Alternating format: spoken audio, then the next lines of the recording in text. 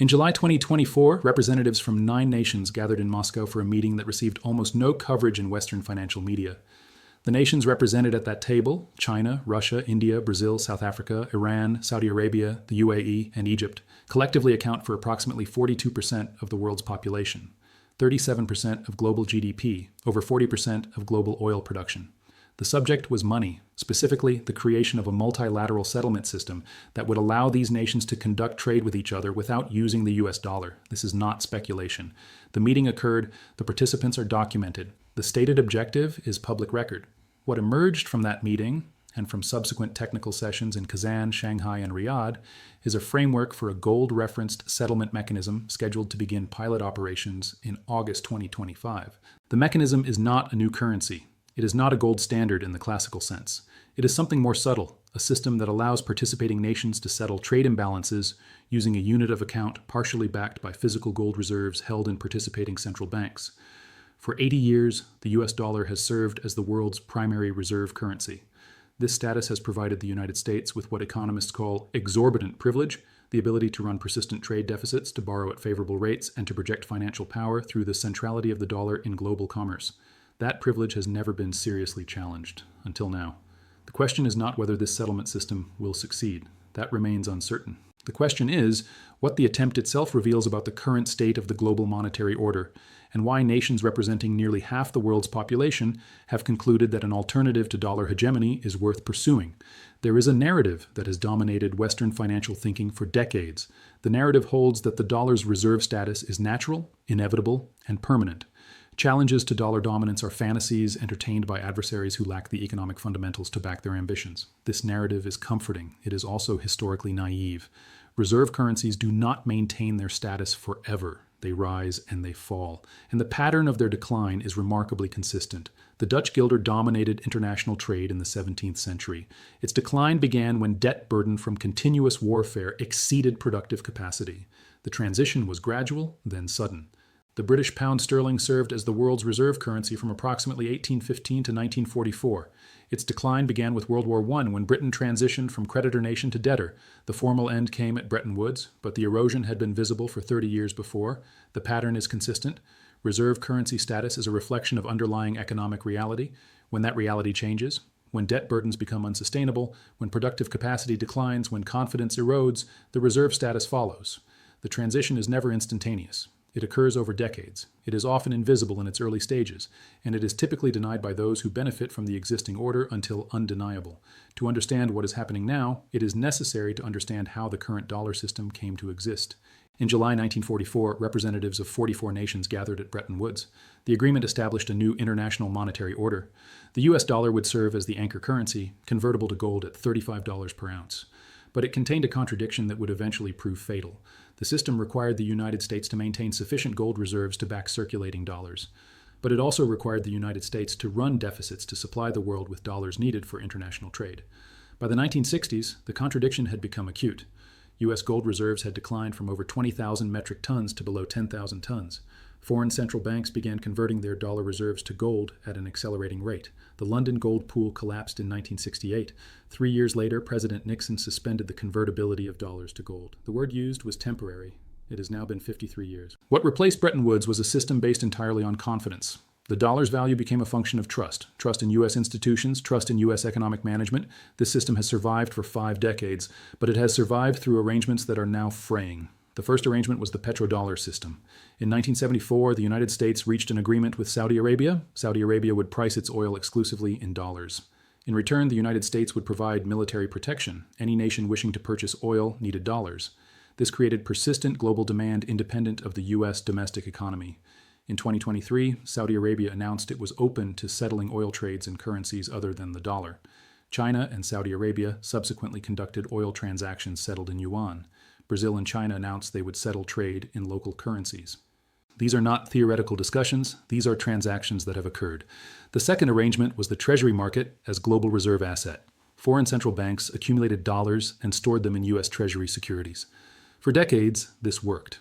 The U.S. government received financing at favorable rates. But the arrangement required 2 conditions: sustainable U.S. fiscal policy and that holding treasuries remained safe. Both conditions are now in question.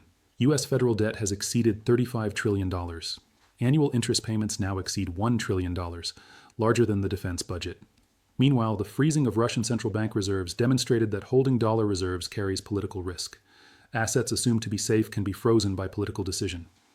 For nations that might find themselves in political conflict with the United States, the lesson was clear: dollar reserves are not neutral. The BRICS settlement initiative emerges from this context.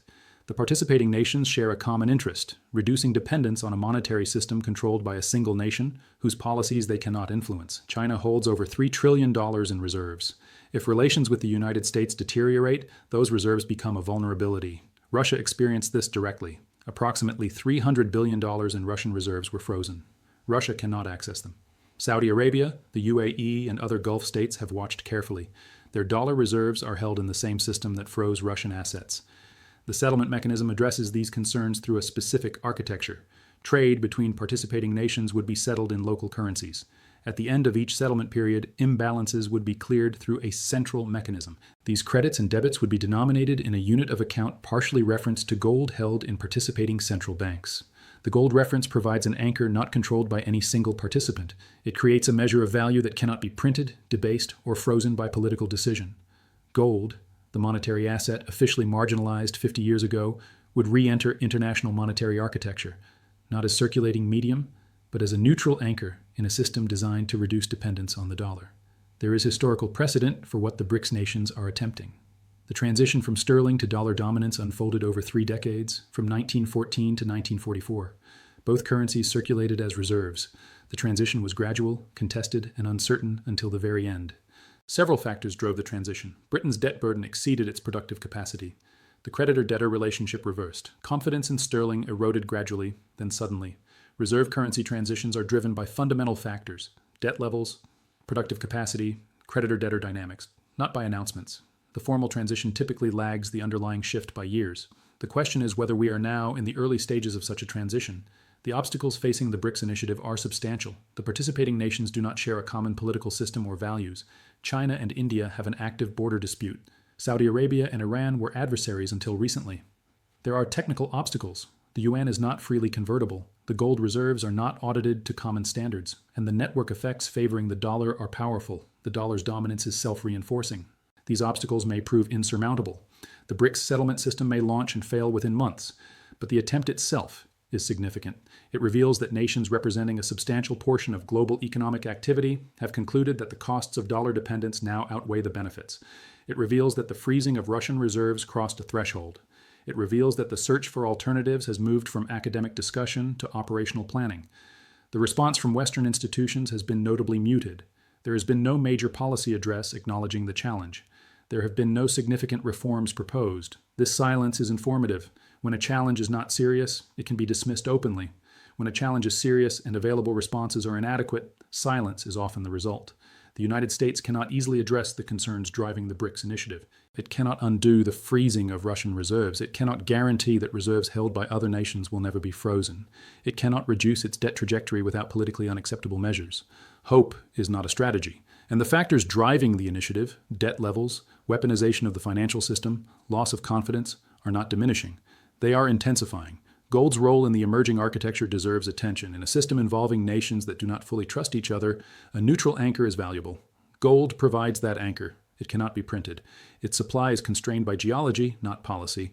Gold also provides a hedge against the failure of the new system itself. If the mechanism fails, the gold held as backing retains its value. Central bank gold accumulation over the past 15 years takes on additional significance. The nations most active in BRICS are also among the most aggressive gold accumulators. China, Russia, India, Turkey, Poland. These nations have added thousands of tons to their reserves. This accumulation can be understood as preparation for a settlement system that references gold, preparation for a monetary order in which gold reserves provide negotiating leverage. The accumulation preceded the announcement. The positioning came before the public acknowledgement. This is consistent with the pattern observed before every major monetary transition. Those who understand what is coming position in advance. There are beliefs about dollar hegemony that deserve examination. The first belief is that the dollar has no viable competitor. This belief misunderstands how reserve currency transitions occur. The dollar did not displace sterling by being obviously superior in 1920. The transition occurred gradually through accumulated shifts in fundamentals, through erosion of confidence. The BRICS initiative does not propose replacing the dollar with another single currency. It proposes a system in which multiple currencies are used for settlement, with gold providing a neutral reference. The competition is not dollar versus yuan, it is monopolar versus multipolar. The second belief is that dollar dominance benefits everyone. The belief ignores the costs. Nations holding dollar reserves are exposed to U.S. monetary policy they cannot influence. Sanctions policy can render reserves inaccessible. For nations with substantial reserves and limited political alignment with the United States, the costs have begun to exceed the benefits. The third belief is that any alternative would require decades to develop. This belief underestimates the speed at which monetary arrangements can shift once confidence tips. The Bretton Woods system was negotiated in 3 weeks. The Nixon shock occurred overnight. Monetary systems can persist for decades with gradual erosion, then shift rapidly when a threshold is crossed. This is not a prediction about the dollar's collapse. The dollar may remain dominant for decades. The BRICS initiative may fail. The obstacles may prove insurmountable. This is an observation about pattern. The pattern is that reserve currency status is not permanent. The pattern is that transitions are driven by fundamentals: debt, productive capacity, confidence, not by announcements. The pattern is that transitions are gradual in their early stages, then accelerate suddenly when confidence shifts. The pattern is that gold reemerges during these transitions, not as circulating currency, as a neutral anchor, as the asset that provides stability when paper systems are in flux. Central bank gold accumulation over the past 15 years was preparation for this moment. The positioning preceded the public strategy. The buying came before the announcement. Those who watched the gold flows saw the strategy taking shape. Those who waited for official announcements are now catching up. The dollar does not collapse because BRICS announces an alternative. The dollar erodes because the conditions that supported its dominance are changing. The debt trajectory is unsustainable. The weaponization of the financial system has demonstrated that dollar reserves carry political risk. The nations with the fastest growing economies are actively seeking alternatives. Gold does not rise because BRICS references it in a settlement mechanism. Gold reemerges because, in a world of competing currency blocks and eroding confidence, it provides something no paper currency can: neutrality, the absence of counterparty risk, a store of value that does not depend on the policies of any single government. The underlying dynamic, the fragmentation of dollar hegemony, the return of gold to monetary architecture, the emergence of a multipolar currency order, is not dependent on any single initiative. It is driven by fundamentals, by debt, by confidence, by the accumulated decisions of nations positioning for a future they consider probable. Gold is not predicting the end of dollar dominance. Gold is reflecting the behavior of those who are preparing for it. The preparation is visible, the accumulation is documented, the architecture is being built. What happens next is uncertain. What is happening now is observable.